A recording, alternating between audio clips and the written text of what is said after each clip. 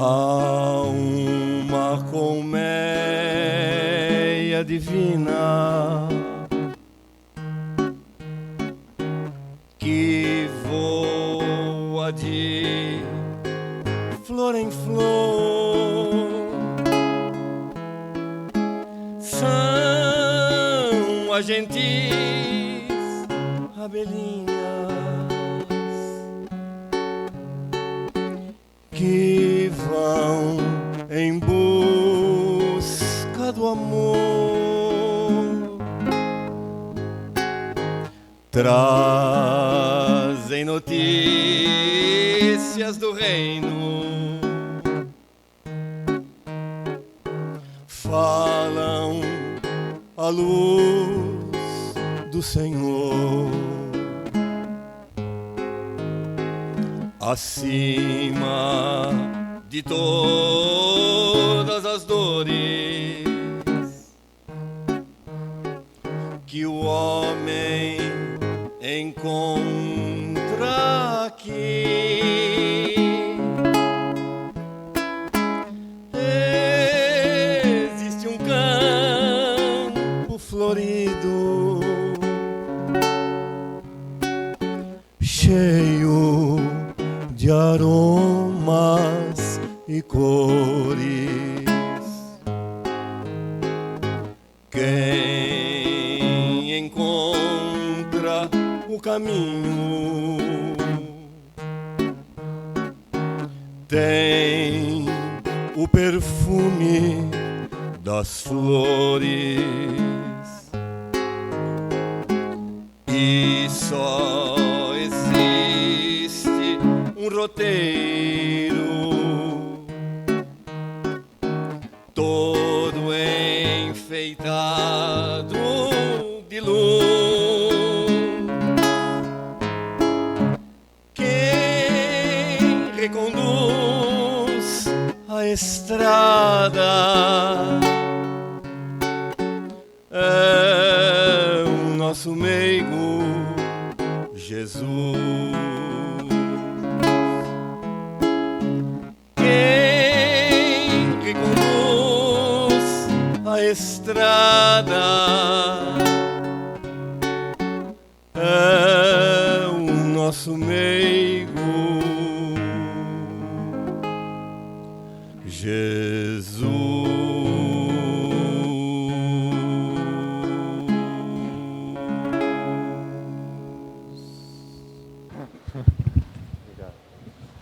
Boa noite a todos. Vou botar aqui que eu vou cantar um pouco hoje. Vai auxiliar na partitura.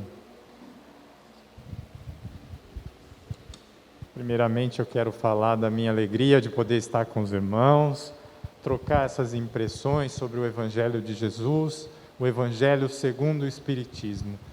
Lembrando que Jesus veio nos trazer o caminho, veio nos trazer uma experiência de vida, a vida que vale a pena ser vivida, para que a gente não se desviasse do propósito da evolução. Quando temos a experiência de Jesus, aquele que venceu o mundo, nas palavras dele próprio, a nos demonstrar o caminho ideal, a vida que vale a pena ser vivida, nós saímos mais seguros, nós temos a oportunidade de escolher os mesmos passos que o Mestre seguiu, passos vitoriosos. Então, quando nós percebemos o Evangelho de Jesus como um roteiro de vida, como um caminho a seguir, nós temos a garantia do êxito a longo prazo. Aquele êxito da conquista da tranquilidade, da felicidade, da verdadeira riqueza, a da paz da alma, da evolução do espírito. Enquanto vivemos a experiência material de um mundo agitado, de um mundo de compromissos, de um mundo de experiências, nós temos a oportunidade de exercitar as habilidades do espírito, a inteligência, a prudência, a paciência, como ferramentas de conquista deste ideal, do aperfeiçoamento da alma. Então, quando nós estudamos o Evangelho de Jesus, nós temos que ter em vista esse pressuposto, de que ele é uma ferramenta, ele é útil, ele tem uma utilidade prática imediata a cada um de nós, no nosso propósito de vida, no nosso propósito da finalidade de nossas encarnações. Não é letra morta e não é letra meramente contemplativa, como fosse uma obra de arte. Não, é um manual, é uma experiência de vida que nós podemos ter mais tranquilidade e felicidade se nós acompanharmos, se nós entendermos.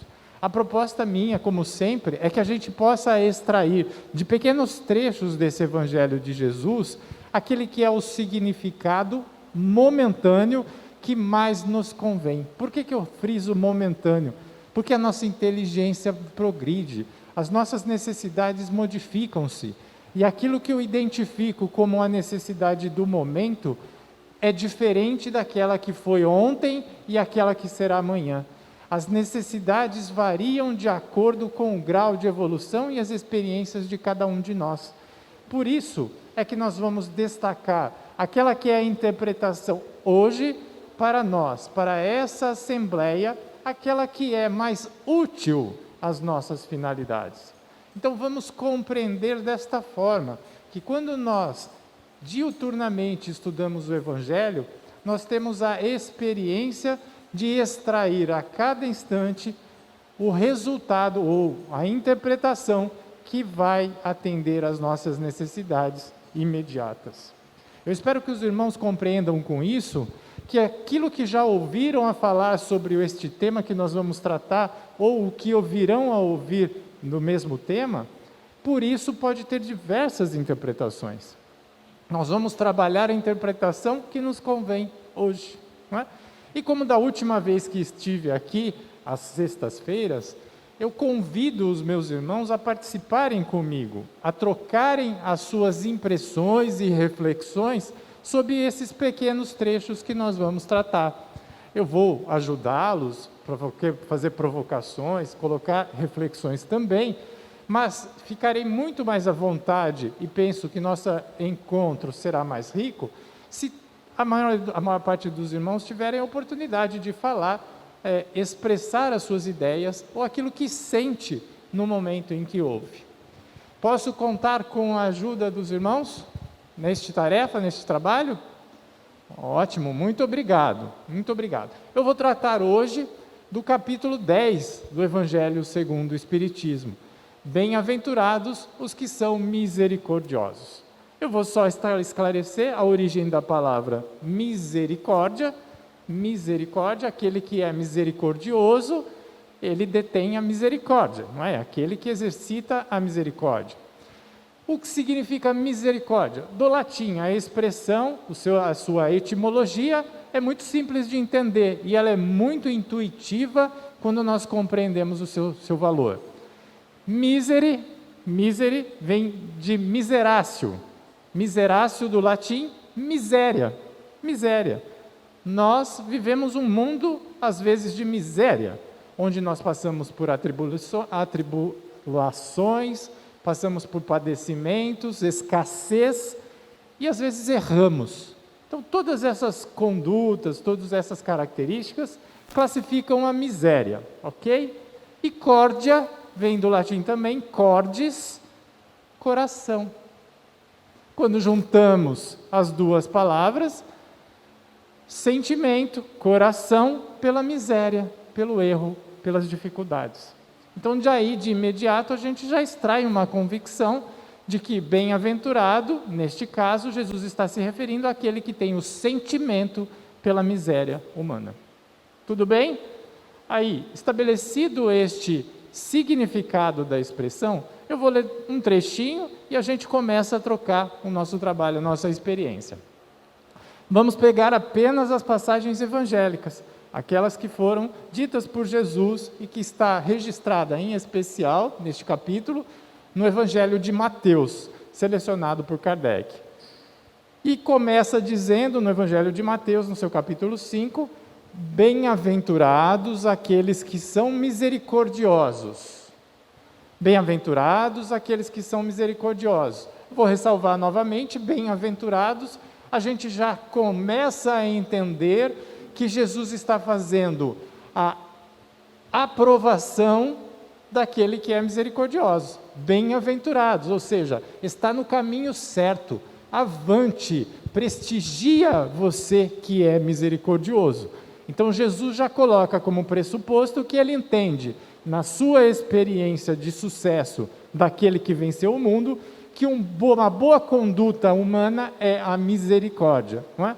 Mas ele não se satisfaz em apenas dizer, tá certo, siga adiante, você que é misericordioso é um vencedor.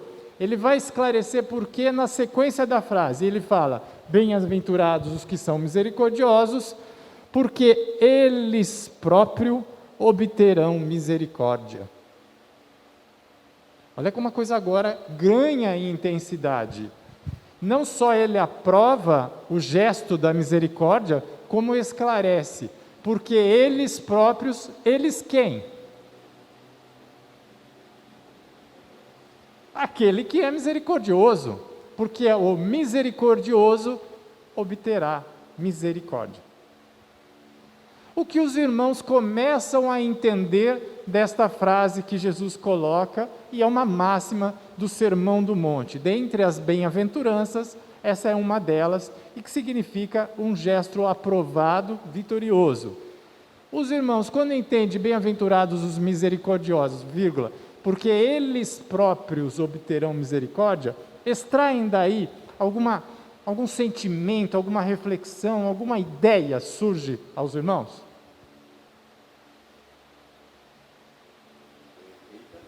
Senhor Antônio.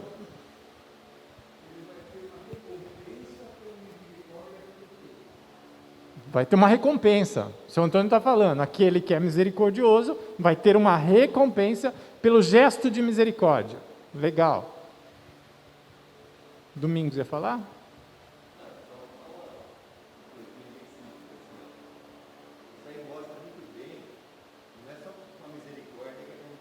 Não. Preciso dar para receber. Sim. Então, aquilo que você dá é aquilo que você vai receber. Olha que interessante. Você não vai nunca receber de volta aquilo que você não ofereceu. Olha lá. Domingos está destacando do gesto, que não só em relação à misericórdia, mas como uma própria lei divina, que só recebe quem dá. E você não recebe aquilo que você não dá, como você não colhe aquilo que você não planta.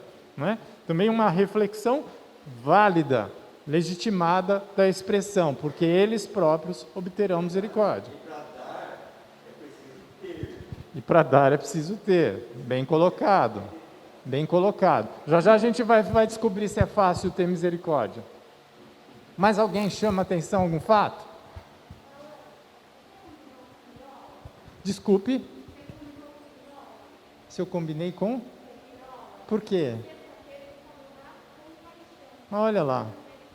Olha lá.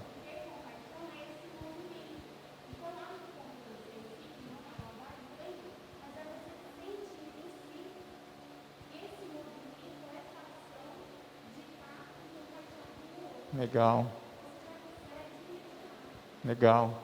Esse é um ponto que eu gosto de destacar. A Marlúcia está colocando ali, olha, não é barganha. Mesmo na expressão que o Domingos usa, é dano que se recebe, não se trata de uma barganha, mas sim de uma consequência da lei. E quando Jesus fala, aquele que é misericordioso recebe a misericórdia, não está se propondo, faça isso para ganhar isso. Seja misericordioso para receber a misericórdia. Eu acho que vai muito mais no sentido que é esse que a Marlúcia destacou. O próprio gesto da misericórdia já traz àquele que o pratica uma sensação de bem-estar, uma sensação de que está no caminho correto, e isso é renovador. Isso é um impulso que faz com que ele se sinta bem, bem colocado. O que mais vocês destacam nisso?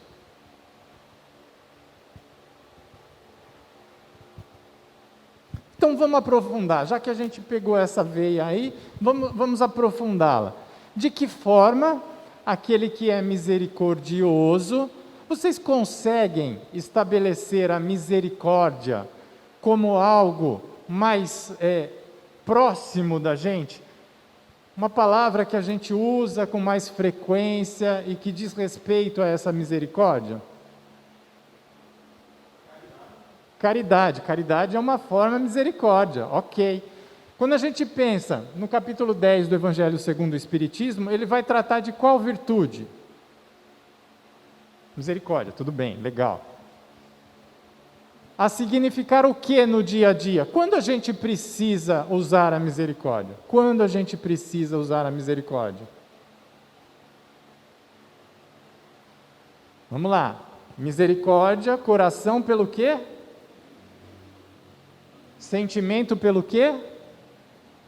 Pela miséria, ok? Aí você dá aquela interpretação extensiva à miséria. Miséria significa o quê?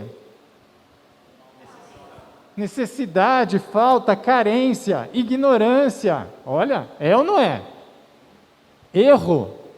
Erro. Podemos colocar o erro como uma miséria? Sim, é uma carência. O erro é aquele que não acertou. Então ele tem a carência do acerto. O erro. Muito bem, então a gente usa a misericórdia, o sentimento, a gente é condescendente, tem compaixão diante do erro, da carência, da necessidade, da falta. No dia a dia, diante de quem a gente identifica isso?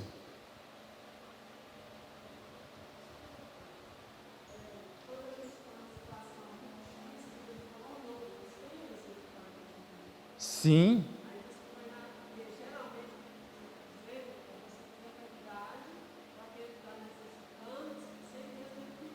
Isso. Bem colocado.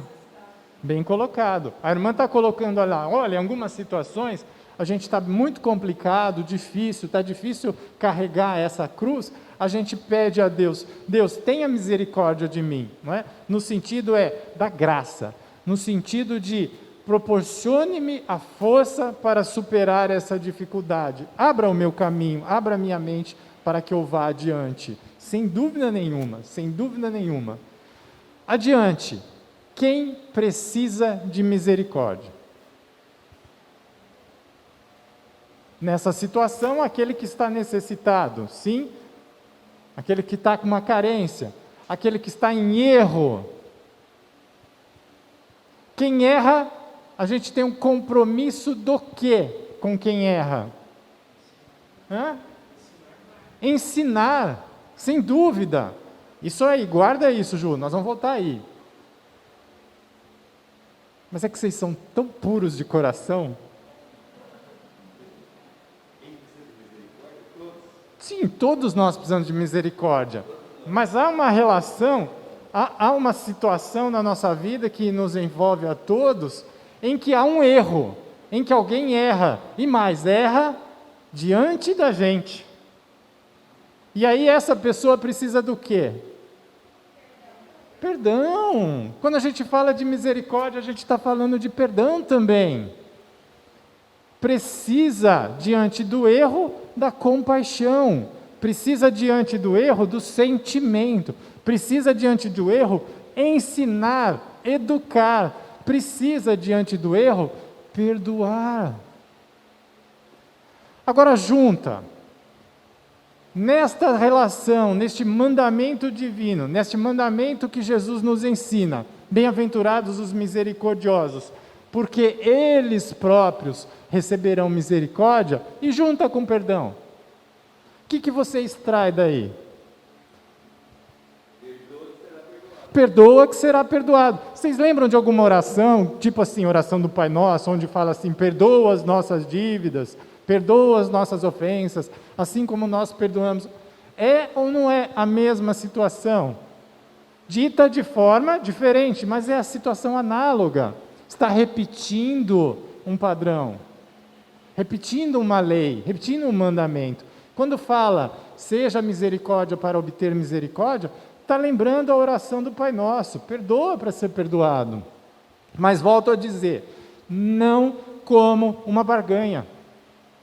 não como uma barganha. Porque o misericordioso, aquele que perdoa, recebe a misericórdia, graça.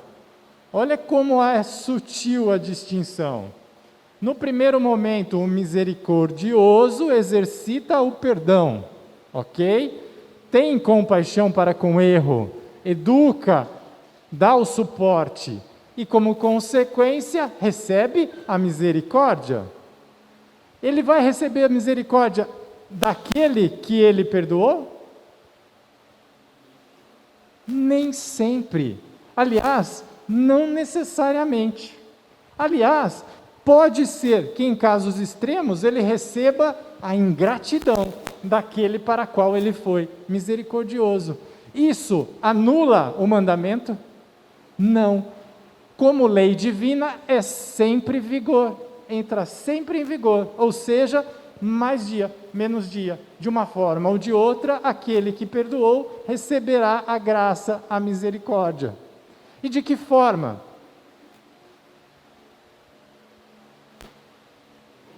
Evoluindo sempre.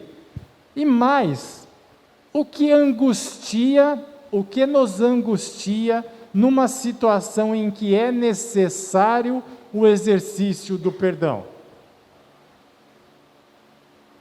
Quando você fala assim, eu preciso perdoar determinada situação, isso daí está dizendo o que para você?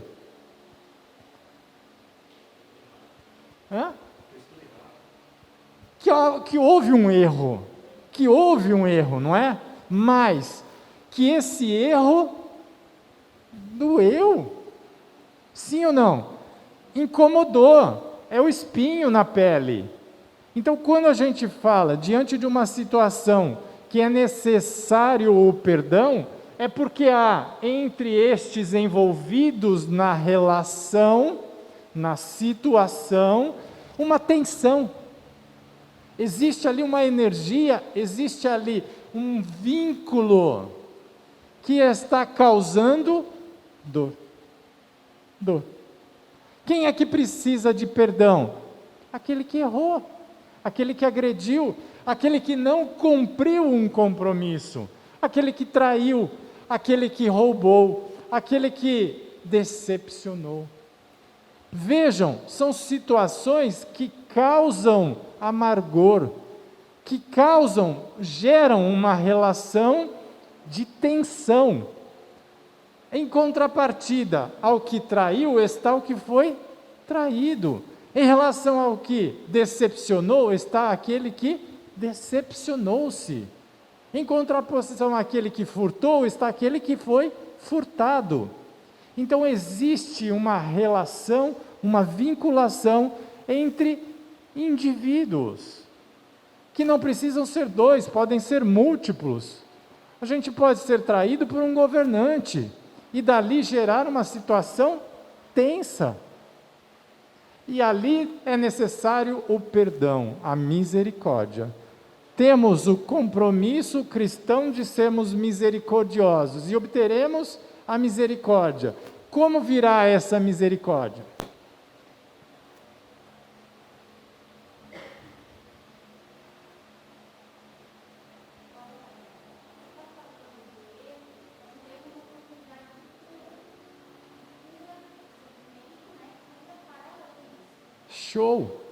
Show. É disso mesmo que nós estamos falando. Vamos chegar nesse ponto. Eu não vou adiantar, mas nós vamos chegar nesse ponto. Guarda aí. Na situação, no vínculo surgido, num gesto, num pensamento, numa atitude que é necessário o perdão, existe uma tensão, existe uma dor, existe um amargor. Aí Jesus fala, seja misericordioso. A gente troca, perdoa. E quem vai ser o beneficiado pelo perdão? Aquele que perdoou. Por que aquele que perdoou vai ser beneficiado? Primeiro, porque está na lei.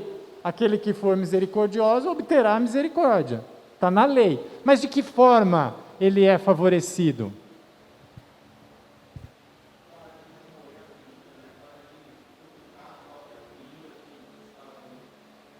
Nós não estamos falando, construindo a ideia de que aquela relação onde é necessária a misericórdia gera uma tensão, gera uma dor.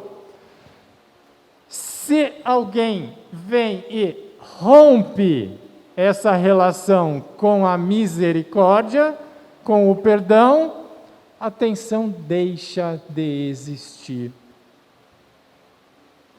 Deixa de ferir, deixa de ser angustiante. Olha que interessante. Normalmente a gente pensa no perdão olhando para o outro. Eu perdoei fulano, eu estou olhando para o outro, quando o beneficiado sou eu. Porque a partir do momento em que eu exercitar a misericórdia, exercitar o perdão, eu vou estar de fora dessa relação. Não há mais entre mim e ele vínculo negativo. Não há mais entre aquela suposta vítima e o suposto agressor uma relação. Porque eu dei o passo de romper aquela relação com a misericórdia, com o perdão. Jesus, portanto, nos ensina que o primeiro beneficiado e principal beneficiado na situação da misericórdia é aquele que é um misericordioso. Mas Alain, se eu perdoar aquele que foi o agressor, como é que fica a justiça divina nisso?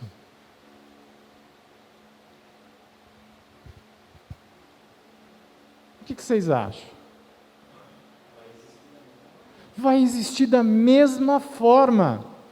Perdoar o agressor não o exime da responsabilidade do ato pelo qual ele foi responsabilizado. Aquele que foi...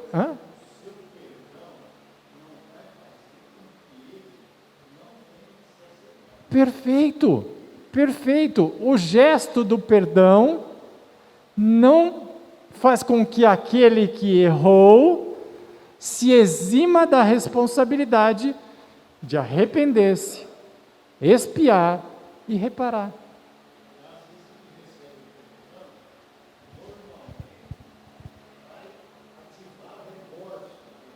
Vai ser um impulso, não é? Vai ser um estímulo para gerar o arrependimento, o primeiro passo da restauração da relação. Muito bem colocado. Então, quando somos misericordiosos, somos beneficiados porque saímos da relação de tensão da situação. Não atrapalhamos em nada a justiça divina, ao contrário, começamos o processo da reparação da falta. E aquele que errou vai ter a oportunidade de reparar. Está explodindo tudo. Aquele que errou vai ter a oportunidade de reparar da mesma forma, sem que isso seja um obstáculo à justiça divina. Então percebam que isso é uma relação de ganha-ganha. Não tem perda, só tem ganho nessa situação. Não é? E por que isso é assim? Vamos continuar um pouquinho, senão a gente não consegue nem passar para o segundo ponto. Foi só o primeiro. Se perdoardes aos homens as faltas que eles fazem contra vós, vosso Pai Celestial vos perdoará. Ok, vamos continuar, né? Essa é a sequência da primeira, a gente pode pular. Se vosso irmão, essa eu gosto, se vosso irmão pecou contra vós, ide lhe exibir sua falta em particular, entre vós e ele. Se ele vos escuta, tereis ganho o vosso irmão. Olha que linda essa mensagem de Jesus. Diante da falta do seu irmão, vai ter com ele. Explica para ele, em particular, o que ele errou. E se ele te ouvir, ali você ganha o seu irmão. Como vocês interpretam essa afirmação de Jesus?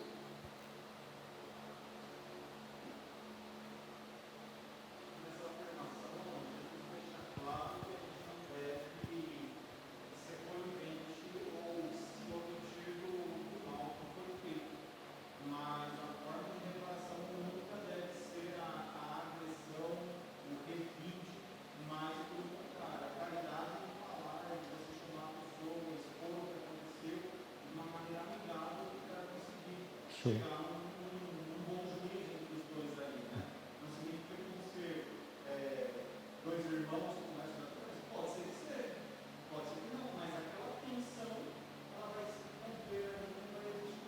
Olha lá, muito bem colocado. Vós e ele, né? Vós e ele. É.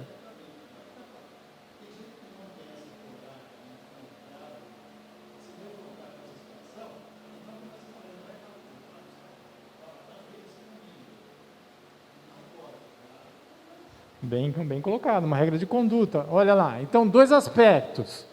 Primeiro, o Vinícius destaca, isso mostra da afirmação de Jesus que não devemos ser omissos diante do erro, diante Lembra que a gente falou misericórdia, mísero, miséria, erro, falta, quem precisa de falta, quem precisa precisa de educação, não foi a palavra ensinar que o Ju usou? Olha como se relaciona, nós, diante de um erro, diante da falta, diante da situação, temos o dever cristão de ensinar. E como que ensinamos? Primeiro, expondo, enfrentando a situação. Em que condição, como colocou o meu pai? Em particular, sem alarde, vós e ele, relação íntima, relação entre os dois. E ali naquele momento você tem a chance de ganhar o seu irmão, promete Jesus. O mais interessante é que Jesus não manda esperar ele vir pedir o seu perdão. Show! É um comando ativo. Iniciativa. Entre você e ele, se ele vai aceitar ou não, aí ele Não está no nosso comando. Perfeito. você sai daquela relação. Perfeito. Perfeito. Olha lá, como bem colocado, bem lembrado. É um alerta, não é esperar aquele que errou vir pedir perdão para você ser condescendente. Não, a iniciativa é nossa, daquele que foi, volto a dizer, entre aspas, e daqui a pouco vou explicar por que eu coloco tantas aspas, a vítima. É nosso compromisso de ir expor ao irmão a iniciativa, tomar as rédeas, explicar, ensinar, colocar. Sabe o que eu estava pensando quando eu estudei esse tema? Por que fica estralando, hein? Porque eu fico passando na frente da caixa, né? Falta misericórdia. Eu vou trocar de mão, essa mão é muito forte. Eu fiquei pensando, olha, eu acho que Jesus estava inaugurando naquele ensinamento a DR. Não é? Ele estava propondo que nós exercitássemos discutir as nossas relações. Por quê? Porque se nós não expusermos ao outro o nosso ponto de vista, como é que ele vai aprender? Como é que ele vai entender como nós sentimos? Como é que ele vai ter o aprendizado de que a conduta, da forma como agiu, me feriu? Como é que ele vai ter a oportunidade de eventualmente defender-se, explicar os seus motivos em relação à sua atitude? Alguém aqui, alguma vez, interpretou mal algum gesto? Levanta a mão comigo se alguém fez isso. Só nós? Ah, agora entenderam a pergunta. Todos nós interpretamos mal alguma vez um gesto. Agora, quando, diante da situação, do gesto, da fala, da impressão, do olhar, do sorriso, seja lá o que for, eu olho, recebo, me magoo e guardo, o que aconteceu? Tensão. Situação. Às vezes, situação que está apenas aqui, o outro nem percebeu. Está doendo então onde? Só aqui, o outro nem aí. Se não expuser ao outro o que eu senti, como aquilo me feriu, E se eu não deixar que o outro diga qual foi a sua intenção, como é que nós vamos crescer? Como é que nós vamos aprender? É ou não é ADR? Essa é a necessidade de discutir a relação. Aí o Pedro, quem que é o Pedro? Apóstolo. O Pedro tem uma marca característica, né? Ele é concreto. Tudo ele interpreta no concreto. O Pedro, me parece que naquela encarnação como apóstolo de Jesus, não tinha a criatividade como dom. Tudo ele levava ao pé da letra. Aí ele pergunta. Então Pedro se aproximou e lhe disse: Senhor, quantas vezes perdoarei ao meu irmão quando ele houver pecado contra mim? Será 7 vezes? Então o Pedro, naquela interpretação concreta, literal do ensino de Jesus, ele fala assim: então eu tenho que ter com meu irmão. E quantas vezes isso? Tem um limite? Me parece que 7 está de bom tamanho, não é?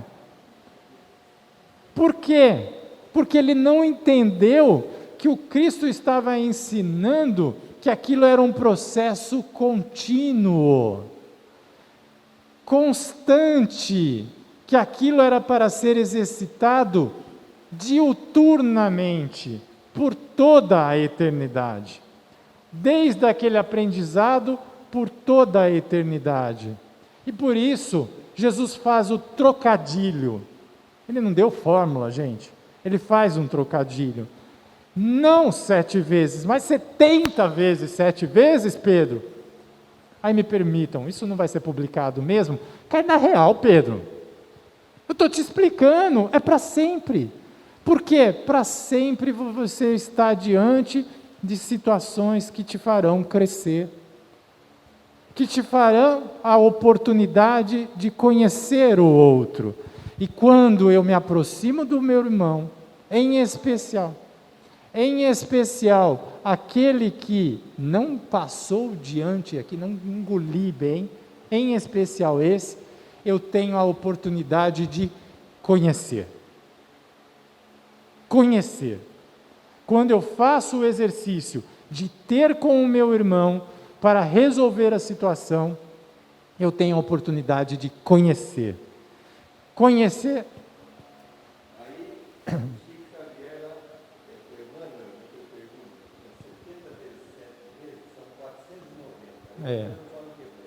O que é, irmão? Cada ofensa. É.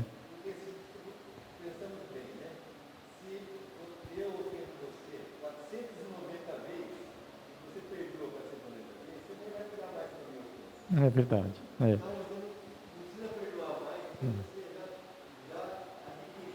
É verdade.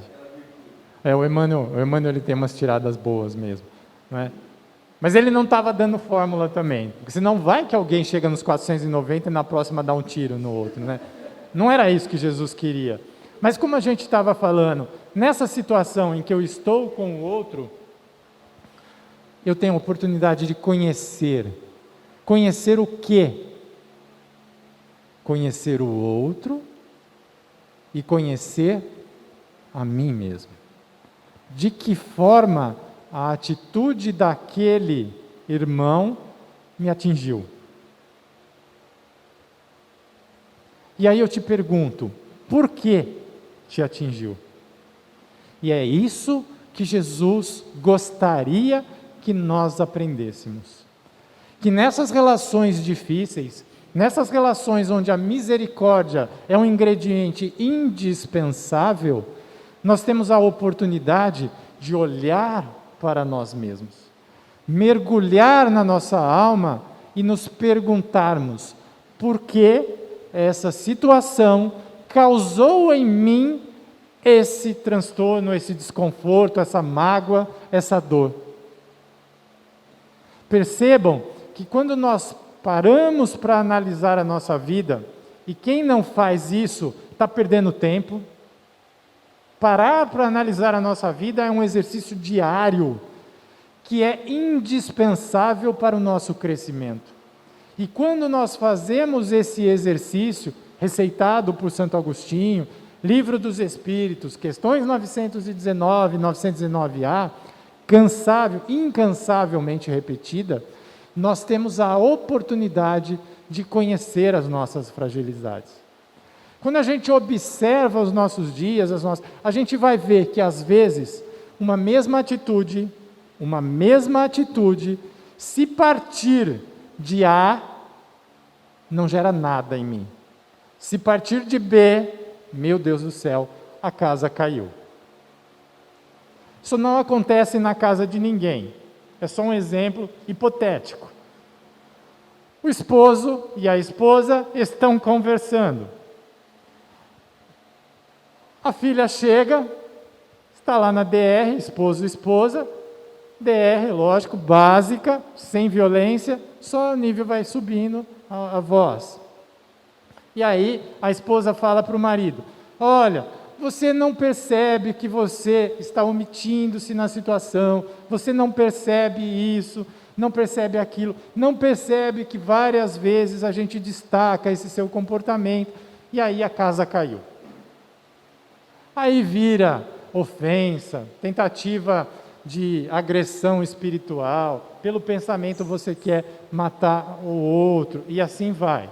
Isso não acontece, não se apegue à imagem porque não acontece. Mas aí chega a filha, presencia aquilo e vira para o pai e diz: pai, eu não queria dizer, mas é verdade, você é omisso, você às vezes não participa, às vezes a gente fala, e às vezes não sei o que lá. Aí o pai olha para a filha e fala: poxa, minha filha, me desculpa, eu não tinha percebido isso. Isso acontece, lógico que acontece, às vezes não é o que foi dito, mas quem disse. Então isso é o símbolo de que existe uma fragilidade no receptor da mensagem diante do emissor. É ou não é uma oportunidade para que aquele que foi o receptor faça essa análise? Poxa, as duas falaram exatamente a mesma coisa. Por que uma me ofendeu e a outra não? Isso deve ter aqui dentro alguma coisa acontecendo.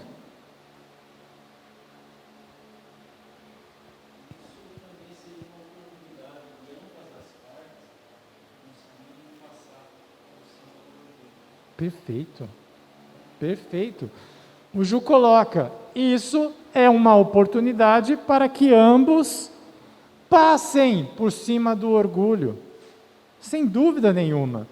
Aquele que se encoraja a fazer essa autoanálise, o autoexame, essa busca, precisa sim dobrar o orgulho, porque senão não é produtivo, porque senão simplesmente vai olhar para eu sou vítima. Aquela pessoa me ofendeu, aquela outra aconteceu isso, aquela outra não me entende, o meu chefe não me entende. Fica na situação de vítima. É preciso dobrar o orgulho para olhar e dizer: puxa, nessa situação, talvez eu esteja errado. E aí, pelas razões que sejam, né? Não cabe no tema da noite.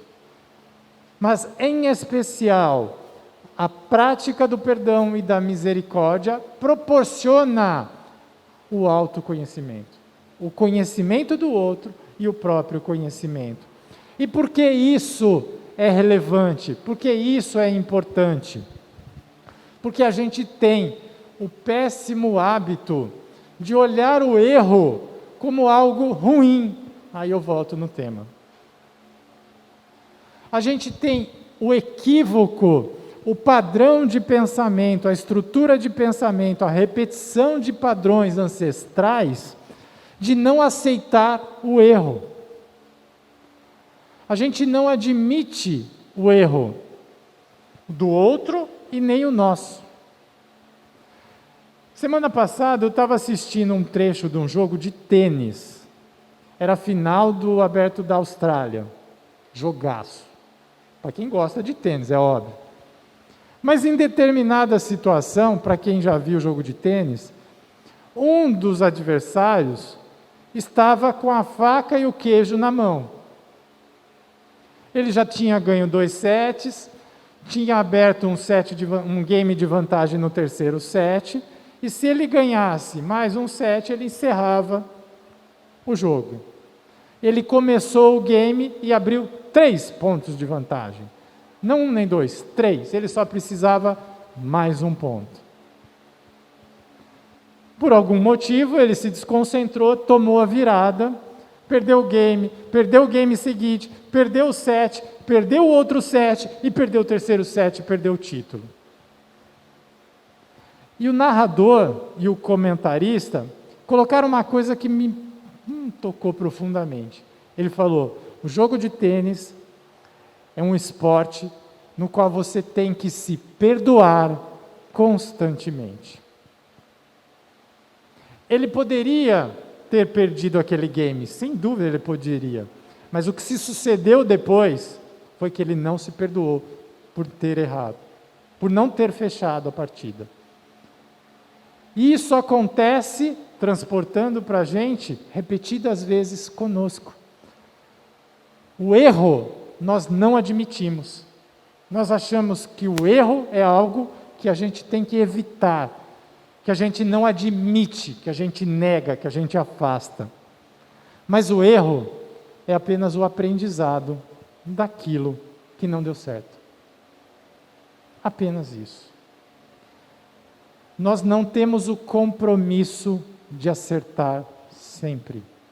Não está escrito nos 10 mandamentos: você não errará. Ou tá? Não.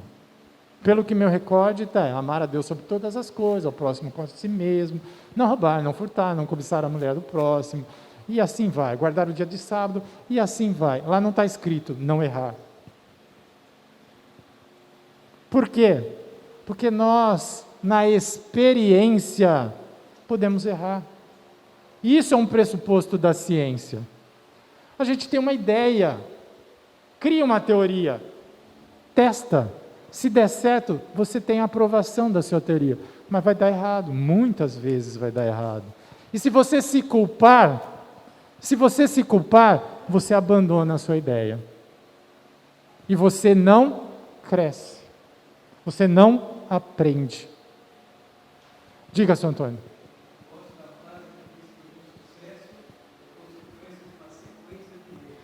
Perfeito. Sucesso é uma consequência de erro. É o resultado de uma sequência de erros. Benjamin Franklin, o inventor da lâmpada, dentre outras coisas, antes de descobrir a lâmpada, errou não 1, 2, 10, 100, 130, mas 200 vezes. 200 vezes. E quando perguntaram para ele, como é que você resistiu a 200 erros? Ele falou, eu não errei. Eu aprendi 199 formas de como não fazer uma lâmpada. Pode parecer brincadeira, mas traz isso para a sua vida. Na próxima vez que você levantar a voz contra alguém, analise se isso foi útil para a relação. Analise por que isso aconteceu. Que oportunidade você perdeu. Veja se aquilo de alguma forma te leva a modificar algum padrão. E aí você vai aprender que ali é uma boa forma que dá errado. Não é o que eu queria fazer daquela forma. Meus queridos, meu compromisso com o tempo está encerrado.